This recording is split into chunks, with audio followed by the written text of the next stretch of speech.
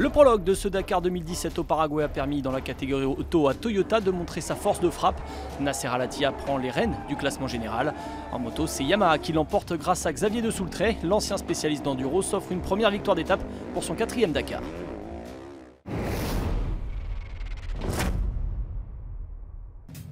Le Dakar a peine débuté pour certains, les premiers pépins arrivent. Déjà, Nasser Al-Attiyah a bien été le plus rapide sur les 39 km de spécial aujourd'hui. Oui mais voilà, le Qatari a terminé l'étape et les 400 km de liaison tractés par son coéquipier Giniel Devilliers. Son moteur a pris feu, le début des ennuis donc pour Al-Attiyah. Dans les 10 derniers kilomètres, il y avait du feu et de la fumée dans l'habitacle. C'est un problème électrique ? C'est une fuite d'huile et Giniel va me tracter. Toyota s'en tire bien pour cette première étape, aujourd'hui avec 2 voitures sur le podium. Nani Roma, qui a quitté comme Nasser Al-Attiyah Mini pour Toyota cette année, débute par la 3e place.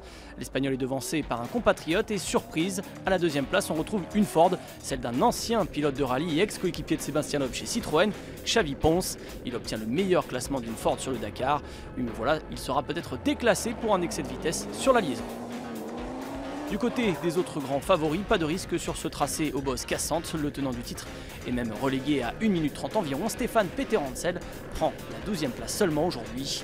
A noter que les Mini sont en retrait en ce début de Dakar. Et avec 7 Toyota et Peugeot dans le top 10, le duel est lancé entre les deux marques.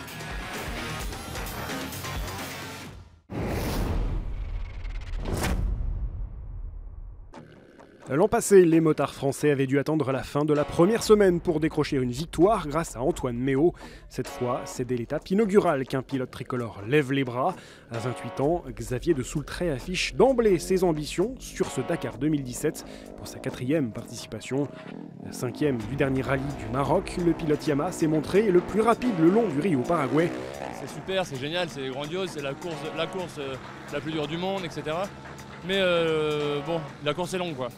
Le Français pourrait toutefois être pénalisé en raison d'un excès de vitesse commis lors de la liaison après la ligne d'arrivée. Première journée de course décidément dominée par les outsiders, de Soultret s'impose avec 2 petites secondes d'avance sur la Sherco de Juan Pedrero, 14 secondes sur la Honda de l'américain Ricky Brabec. Le Nîmois Michael Medj, 4e, se place devant Paulo Gonçalves. Johan Barré-Dabort essuie un premier revers avec un arrêt dans un gué, 32 secondes de lâcher.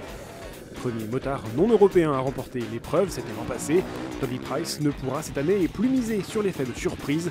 L'Australien de KTM est à 1 minute 25 secondes du vainqueur du jour. Il n'aura au moins pas à ouvrir la piste ce mardi.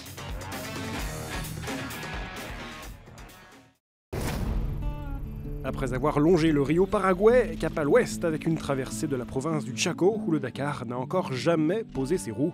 Au programme ce mardi, des pistes étroites et poussiéreuses, ainsi que de nombreux villages à traverser au cours des 275 km chronométrés.